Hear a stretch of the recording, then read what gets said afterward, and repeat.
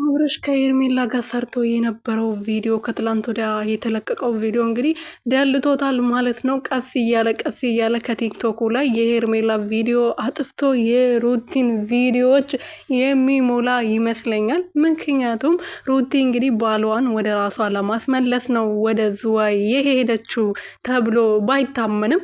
ሰላም ቤተሰብ እንዴት ናችሁልኝ? እኔ ያለው ፈጣሪ የተመሰገነው በያላችሁበት ሰላማችሁ ብዝት ትርፍርፍ ይበልልኝ። እኔ ውድና ወርቅ የሆናችሁ ቤተሰቦቼ አብርሽ እንግዲህ ከሄርሜላ ጋር ከትላንት ወዲያ ዝዋይ ሄደናል በማለት እንግዲህ ዝዋይ የሚገርም ቪዲዮ ራቁታቸውን ሆኖ ምናምን ተሰርቶ ነበረና ወደ 600,000 ምናምን ታይቶ ነበረና እሱ ቪዲዮ አጥፍቷል። እንግዲህ በድንገት ምን እንደተፈጠረ ባናቅም ሩቲ ያስጠፋችሁ አይመስለኝም። ምክንያቱም አብሮ ስለሄዱ አብሮ እያከበሩ ስለነበረ የባላንታይን ቀን ስለነበረ አብሮ እያከበሩ ነበረ። ሩትዬ እኔ ካሜራማን ልትሆን ትችል ነበረ፣ እኔ አላቅም።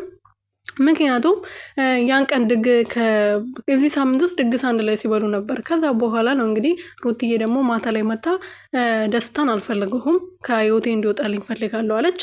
ከዛ አብርሽ ደግሞ ከህይወቴ እንዲወጣ ከፈለግሽ አልፈልግም ብቻ ነው ማለት የሚጠብቅብሽ ብሏት ነበረና እንዳለ ግን እሷ አስወጥቶ ሳይሆን ደስታ በራሱ ፍቃድ እኔ ከዚህ በኋላ ህይወትሽ ውስጥ አልገባም፣ እኔ ወጥቼ አንቺ የምትደሰች ከሆነ ከህይወትሽ እወጣልሻለሁ ብሏት ወጥቷል ማለት ነውና ይሄ ትላንት ሩቲ ዝዋይ ሄጃለሁ ብላለች።